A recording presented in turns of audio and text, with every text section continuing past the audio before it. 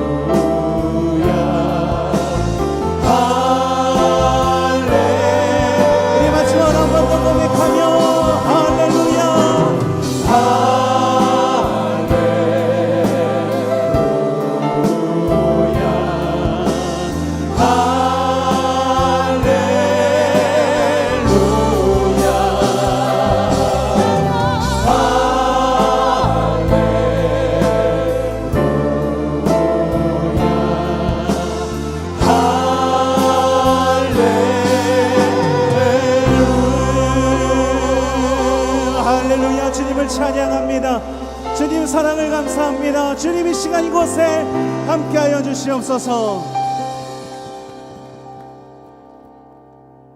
오늘도 이 시간 전심을 다해 주님을 찬양하며 경배하며 나가는 귀한 은혜가 있기를 원합니다. 우리 다 같이 주의 이름을 송축하며 나가기 원합니다. 할렐루야. 우리 다 같이 일어나서 기쁜 마음으로 박수치며 주님께 이 시간 찬양으로 영광 올려드리겠습니다.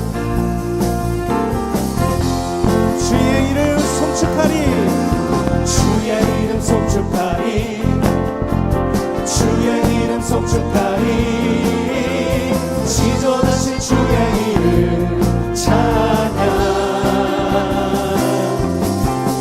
주의 이름 송축하리, 주의 이름 송축하리, 지존하신 주의 이름 찬양. 주님의 이름 강한 성문 그곳에 달려간 자 안전하리. 주님의 이름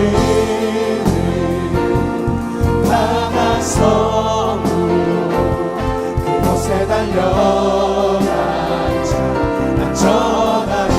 주의 이름 송축하리, 주의 이름 송축하리, 지존하신 주의 이름 찬양. 주의 이름 송축하리, 주의 이름 송축하리, 지존하신 주의 이름 찬양. 거룩하신 주의 이름을 찬양합니다. 거룩하신 주의 이름, 거룩하신 주의 이름, 거룩하신 주의 이름 찬양. 거룩하신 주의 이름, 거룩하신 주의 이름, 거룩하신 주의 이름 찬양. 주님의 이름 강한 성문 그곳에 달려간 자 안전하리. 주님의 이름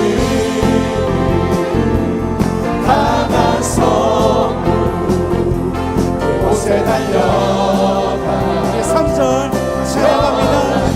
영광스러운 주의 이름, 영광스러운 주의 이름, 영광스러운 주의 이름, 영광스러운 주의 이름 찬양. 영광스러운 주의 이름, 영광스러운 주의 이름, 영광스러운 주의 이름 찬양. 주님의 이름은 강한, 주님의 이름 강한 성문 그곳에 달려간 자 안전하리. 주님의 이름 강한 성문 그곳에 달려간. 우리 한 번 더 선포합시다. 주님의 이름은 강한, 주님의 이름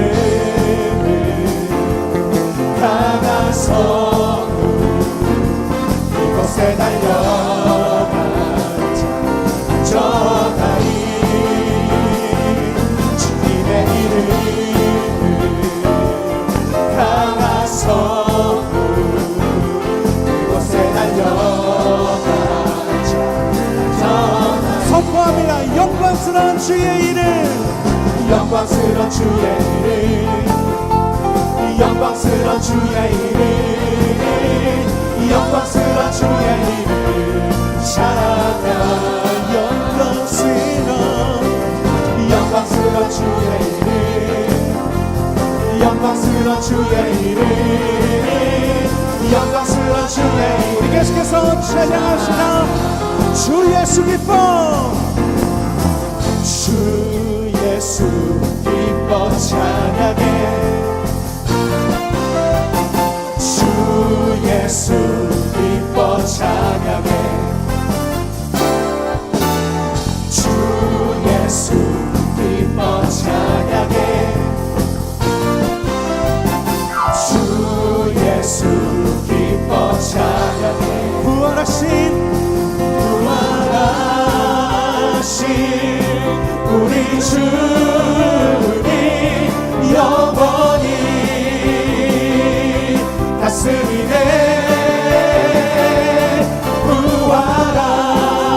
부활하신 우리 주님 다 와서 찬양해 부활하신 주 찬양해 주 예수 기뻐 주 예수 기뻐 찬양해 할렐루야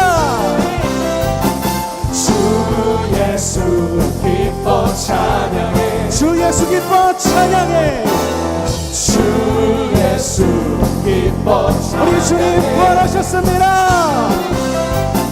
주 예수 기뻐 찬양해 부활하신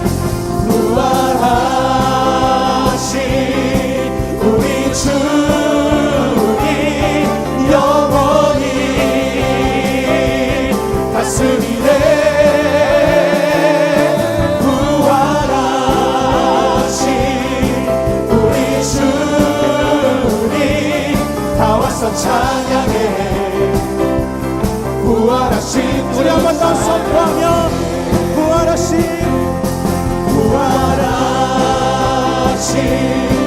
우리 주님 영원히 다스리네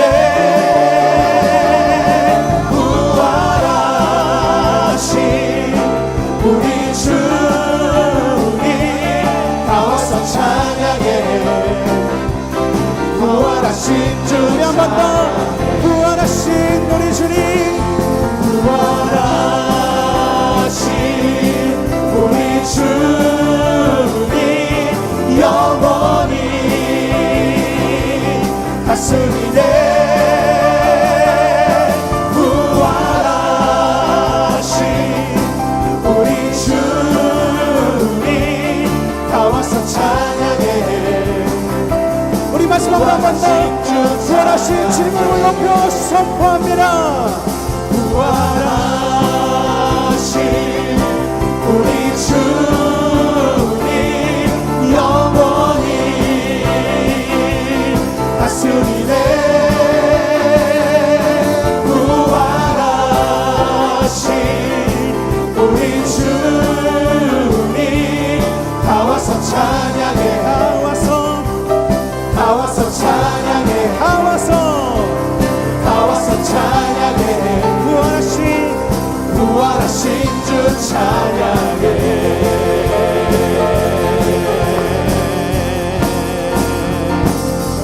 할렐루야 부활하신 우리 주님을 찬양합니다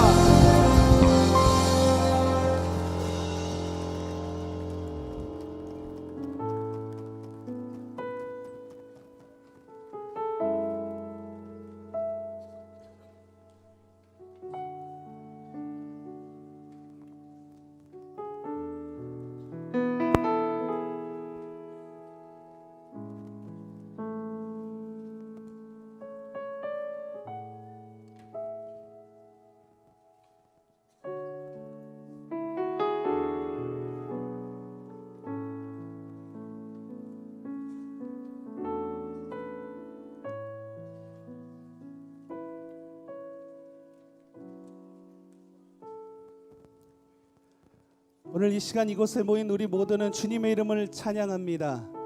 거룩하신 주님의 이름을 높여드립니다. 영광스러운 주님의 이름을 높여 찬양합니다.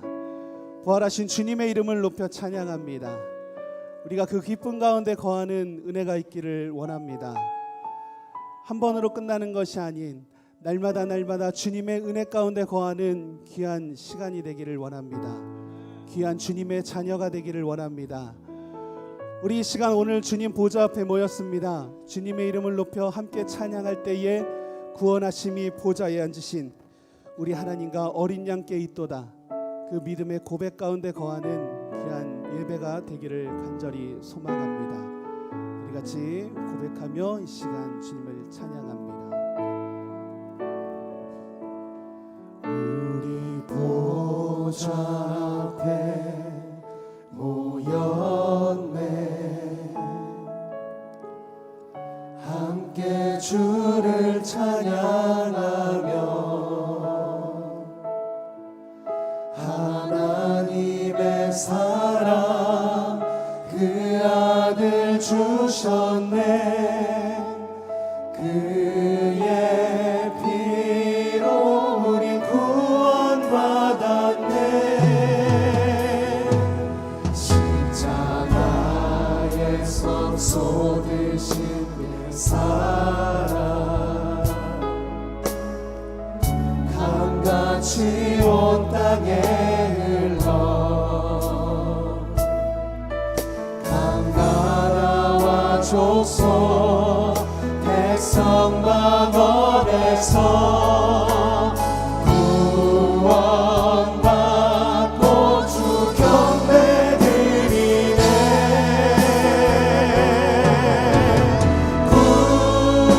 구원하심이 보좌에 앉으신 우리 하나님과 어린 양께 있도다. 구원하심이 보좌에 앉으신 우리 하나님과 어린 양께 있도다. 우리 보좌 앞에 모였네. 함께 주를 찬양하며 함께 주를 찬양하며 하나님의 사랑 하나님의 사랑 그 아들 주셨네. 그의 피로 우리 구원받았네.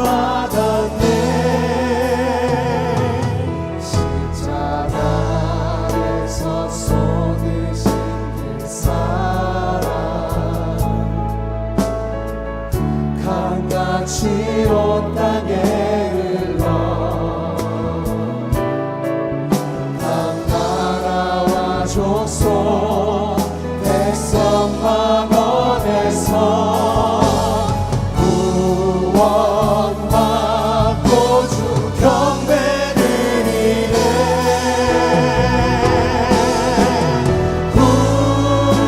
구원하심이 보좌에 앉으신 우리 하나님과 어린 양께 있도다.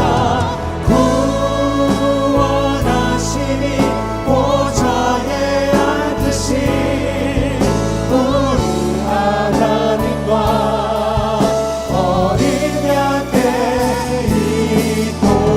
구원하심이 보좌에 앉으신 구원하심이 보좌에 앉으신 우리 하나님과 어린 양께 있도다.